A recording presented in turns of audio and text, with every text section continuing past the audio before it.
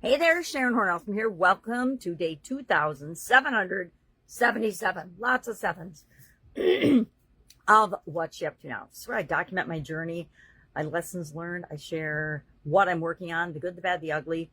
As I originally moved from the brick and mortar and corporate world of businesses, I worked simultaneously over a quarter century in corporate America while owning, operating, buying, selling different businesses in different industries of my own. And following my divorce, I was like, all right, I need something to do. What is it going to be? I'm old, but I'm not old enough to be done. So I'd always been curious about the online world and the internet. So I hopped on and started to learn and discover how the online world works. And I'm still discovering it. It is a huge undertaking and a huge world of interesting, curious, sometimes horrifying, but sometimes fun and amazing things.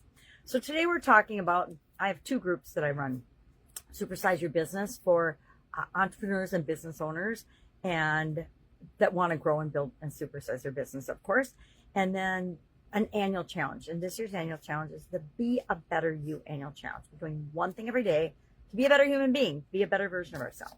And our topic this month, I use a 9-part life framework that I share with everybody, both people and businesses. And we work through different topics every month specific to the area of the life framework that we're focusing on. This month, we're focusing on spiritual health and well-being. Specifically this week, or for the next 4 days, the SOAP framework. The SOAP framework is a framework that I identified I used a process for handling challenges and things my whole life, but I never called it or a framework. I just did it, right? Automatically, like we do so many things. But during the pandemic, like so many other people, I was at this crossroads of, am I going to wait this out and see what happens, or am I going to be proactive and do what I can do within the new constraints and confines of what our lives were? And I decided I was going to move forward. And one of the things I came up with was this SOAP framework. It's a 4-step process for dealing with any challenge, any obstacle, any roadblock, any setback, any problem that comes our way that we don't initially just know what to do. How many problems do we have that we just don't initially know exactly what to do? Or I like it because it makes sure that I consider the things I should consider before I start to take action. So today, step 1 of that process is to identify our current and our desired story. Why do we want to do that?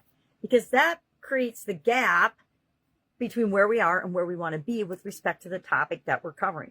This month, we're doing spiritual health and well-being. So we picked a spiritual health and well-being challenge area that we want to improve.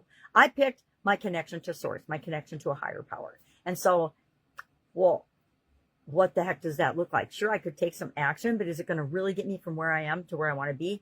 Not unless I identify and am really honest about, well, where am I with my connection to source or God or spiritual higher power?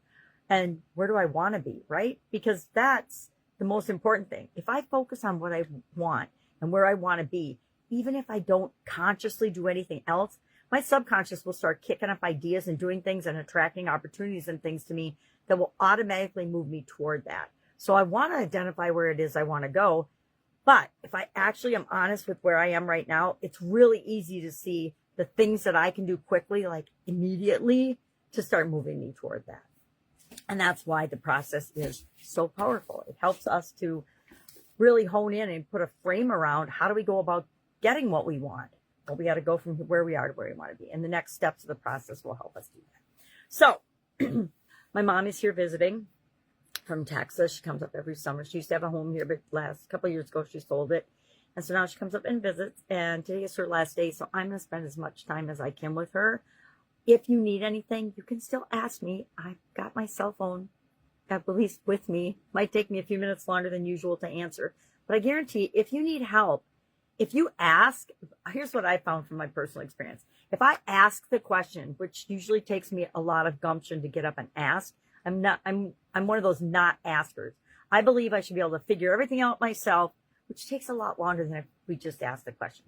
But what I've discovered is when I do ask, as soon as I'm willing to ask the universe, or ask the question, or ask anyone, I realize I already know the answer. And I guarantee that will happen for you too, if you just ask. That's why I like to be a sounding board for asking, because I know you already know what to do. But if you ask me, then you're opening yourself up to actually seeing that you already know.